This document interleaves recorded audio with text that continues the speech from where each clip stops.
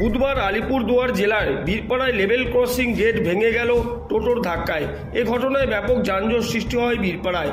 Level ক্রসিংয়ের দুদিকে শয়ে শয়ে হয়ে যানবাহন দাঁড়িয়ে পড়ে। এদিকে এক নাগাড়ে গেটটি নামিয়ে মেরামত করা সম্ভব ছিল না, কারণ ওই রাস্তা দিয়ে হাজার হাজার যানবাহন চলাচল করে। তাই মাঝে মাঝে গেট নামিয়ে মেরামত করা হচ্ছিল, কয়েক মিনিট পর ফের তুলে দেওয়া হচ্ছিল।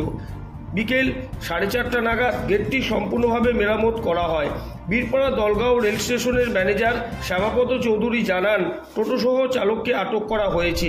এদিন যানজটে আটকে কি বললেন বীরপাড়ার রমেন চক্রবর্তী, শুনে নেওয়া যাক।